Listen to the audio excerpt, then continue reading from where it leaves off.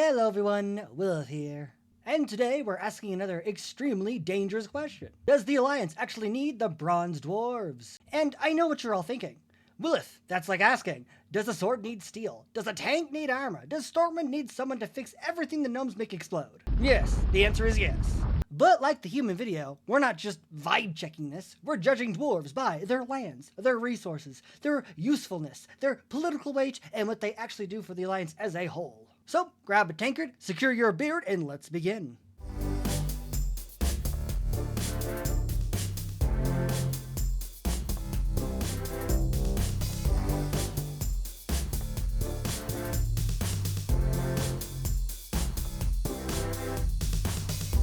Dwarves are one of the founding races of the Alliance, and unlike some races who are important because they lead things, dwarves are important because they make everything else possible. Without the dwarves, the Alliance would literally be structurally broken, not just weaker. If humans are the Alliance's glue, dwarves are the bolts, rivets, and load-bearing supports that keep the whole thing from collapsing the second something goes wrong. Dwarves don't just fight wars. They don't just win battles. They build the ability to fight wars in the first place. Weapons don't appear out of thin air. Armor doesn't just maintain itself through vibes. Cities don't fortify themselves by wishes. Roads don't just stay open. And supply lines don't magically function. All of that requires materials, engineering, logistics, maintenance, and people actually willing to show up every day to do the work. And honestly, that's just the dwarves.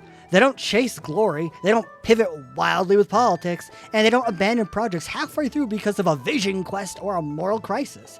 Dwarves build things to last, and that matters a lot more than raw numbers. When the Alliance actually goes to war, humans decide why they're fighting, but dwarves decide whether that war is even possible. So, if you're wondering, yes, like the humans and orcs, dwarves will be starting with a very high score. But not because they're flashy or because they're dramatic, but because when the Alliance needs something to exist tomorrow, next year, or even in 5 expansions, dwarves are the ones who build it correctly the first time and get the job done. And if that sounds like an exaggeration, just remember, Ironforge has outlived kingdoms, cataclysms, old gods, and at least 3 human monarchs, which, by definition, makes it the most stable thing in the Alliance. Before we dive headfirst into mines, mountains, and industrial overkill, quick shout out to Paige's Garden and Critter Co., the only place where your house gets greener and significantly more adorable. If you want plants that don't immediately give up on life, or crocheted Warcraft-inspired plushies that won't crit you for emotional damage, they've got you covered. Like, no, seriously. Cozy houseplants, handmade crocheted pocket pals, and enough wholesome energy to counteract at least 3 old gods. So if you'd like to support this channel, get yourself a crocheted item or a plant. Your desk, your shelf, and your mental health will absolutely thank you. And hey, if you're enjoying the video so far, please consider subscribing. It really helps the channel grow and it lets YouTube know, yes, I would like more overthinking of Warcraft logistics. Alright, back to dwarves, the mountains, and the war economy. Alright, Dunmorrow and Ironforge. I've already gone into great depth with these places in my last video, so I'll try to keep this short and sweet. Dunmorrow provides absurd levels of mineral wealth, natural defenses that laugh at invading armies, a climate designed to kill morale and then drink it. Ironforge is the manufacturing heart of the Alliance. If the Alliance needs something built, forged, repaired, or over-engineered, it comes from here. It doesn't feed the Alliance, it arms it, equips it, and keeps it running.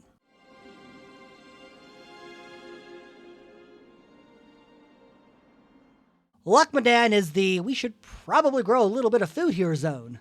And honestly, it's the only truly farmable region the dwarves really possess. Thanks to mineral-rich mountain soil, constant snowmelt, and fresh water from the loch itself, this place is generally fertile. Not Elwyn-level cozy farmland, but solid and dependable. Fresh fish, livestock grazing, and a reliable food supply that keeps Ironforge from relying entirely on trade. It's the dwarves' agricultural backbone. Pretty modest, but freaking essential.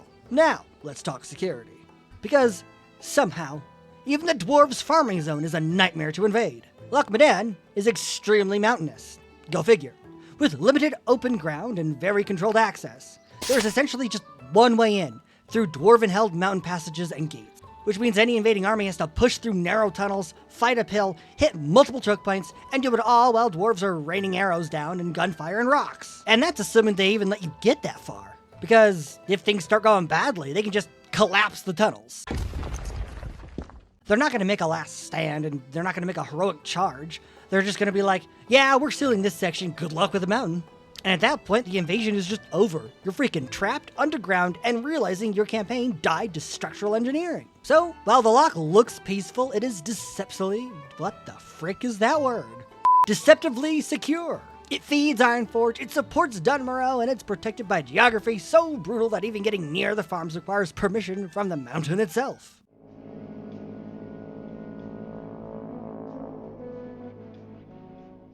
Ah yes, the wetlands. Also known as why in the light would anyone live here on purpose? This region, if you can't tell by your eye holes, is a swamp. Not a fun swamp, not a mystical spiritual swamp. A wet, muddy, bug-infested, disease-ridden swamp. And yet, it's pretty dang vital. You think I'm joking? No, I am not kidding. This soggy wasteland provides massive amounts of fish, clay for construction and industry, medicinal herbs, and most importantly, access to the frickin' sea.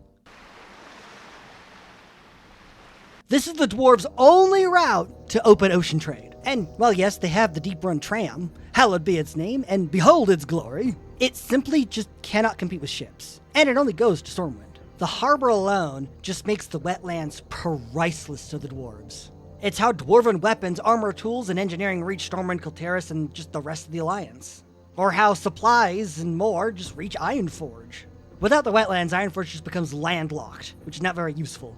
A landlocked industrial superpower is just not ideal. Now let's talk defense, the best subject. Because, once again, the dwarves accidentally picked one of the worst places on Azeroth to invade. Like, I'm not kidding, this is insane. Now this might be a shock to you, but swamps are army killers. Marching through this zone would mean constant disease, insects eating you freaking alive, mud that swallows wagons, rivers that break supply lines, and movement is just so slow. Molasses looks athletic. And keep in mind, your soldiers aren't even fighting yet. They're just trying to survive the bare minimum through this environment. Like, it's not worth it. And on top of it all, there's essentially one usable road through the region that leads toward the Dwarven Heartland. One long, miserable choke point. Like, trying to march any army through this road is just suicide. You're exposed the entire time. You can't maneuver. You also can't retreat very quickly. And every step forward costs lives. Not from battle, but from exhaustion, sickness, and the swamp itself. And, well, yes, actually battle, because the dwarves are going to just rain stuff down you. Like, this is awful. By the time an invading force even reaches the base of the mountains, let alone Loch Modan, it wouldn't even be an army anymore. So, while the wetlands would just be awful to live in, honestly, I don't want maggots for dinner. The zone, by proxy of the harbor, just feeds the dwarves, supplies their industry, and connects them to the world at large. It also acts as just a natural meat grinder for anyone stupid enough to invade. So the zone isn't comfortable, it's not pretty, but it is freaking strategic as heck. So overall, the lands of the dwarves are absolutely crucial to the Alliance. Taken all together, Dwarven territory controls a massive and highly strategic portion of the Eastern Kingdoms. It's insanely difficult to invade, packed with raw materials, and backed by an absurd amount of industry. The dwarves don't just support the Alliance economy, they freaking supercharge it. And I mean, just look at this nonsense. To even reach Ironforge, an invading army would have to march through a disease-ridden swamp on a single usable road, then push through narrow, and I mean narrow mountain tunnels into Loch Modan, assuming the dwarves don't just, collapse the mountain. Then survive the climb into Dunmorrow, then march uphill through snow, cold, and artillery fire, and then finally deal with Ironforge's gates. And that's assuming they don't just, close the gates, because then it's just game over. You're not invading Jack. Honestly, the Dwarven lands are just choke point after choke point after freaking bloody choke point. Like, every region just would bleed you dry. Like, every region would just be so hard and nearly impossible to take and invade. This is freaking genius. I am impressed by the geography and the sheer strategic foresight behind it all. This is insane. Like, it would cost an enemy force just way too much blood and treasure to do anything. It's not happening. Not happening. Absolutely not. So for land control, resources, industry, and just defensive value, this is a clean 10 out of 10. Like, oh yeah. If humans are the glue and the diplomats, dwarves are the infrastructure. They are the race that turns ideas into reality. 1. Industry and manufacturing. This is just obvious, but it cannot be overstated. Dwarves are the industrial backbone of the Alliance. While Stormwind might fund all the wars, to an extent, it's the dwarves that will massively equip them. Without them, the Alliance just runs out of courage, and it runs out of gear. Alright, logistics and infrastructure. Dwarves are masters of logistics. They build roads through mountains, tunnels that stay standing, fortifications that actually work, and supply depots that don't collapse the first time someone sneezes. They are the reason the Alliance armies can march long distances without starving, freezing, or realizing halfway through that no one has packed the arrows. And when the Alliance decides to just expand into new territory, dwarves are usually the first ones on site. They're there ready to lay down all the foundations and get building and start putting up the walls. Alright, colonization and expansion. Dwarves are exceptionally good at settling hostile environments. Mountains? Fine. Frozen wastelands? Whatever. Swamps? Unpleasant but doable. Ancient ruins filled with horrors? Oh, baby, that's just free real estate. They don't just help the Alliance expand, they make expansion frickin' stick. Griffin Riders and Alliance air power. Dwarves are some of the best Griffin Riders on Azeroth. They provide aerial reconnaissance, rapid troop deployment, message delivery across continents, and air-to-ground support. Before airships became common, Griffins were the Alliance's air force, and honestly, they still kind of are in certain situations. They're fast, mobile, and terrifying from above. There are very few things more demoralizing than realizing the enemy has soldiers who can attack you from the sky while yelling insults in a thick dwarven accent. Your mum's a bearded ogre and your father's a trog. Alright, soldiers and commanders. Dwarves make exceptional soldiers. They're physically hardy, mentally stubborn, highly disciplined, and used to harsh conditions. They don't break easily, they don't panic easily, and they don't retreat unless it's part of the plan. As commanders, dwarves tend to favor defensive brilliance, prepared positions, measured advances, and overwhelming firepower. They're not very flashy, they're just effective. And you're sure as heck not gonna get a dramatic speech from them, just good results. Right, labor and reliability. Finally, dwarves are one of the best reliable labor forces the Alliance has to offer. They work hard, they show up, and they finish the job. What more could you ask for? They just don't disappear mid-project, they don't abandon posts, and they don't collapse under pressure. If something needs to be built, held, repaired, supplied, or defended for a long haul, dwarves are who you want. So when you add it all up, dwarves aren't just useful, they're foundational. The Alliance doesn't function without them.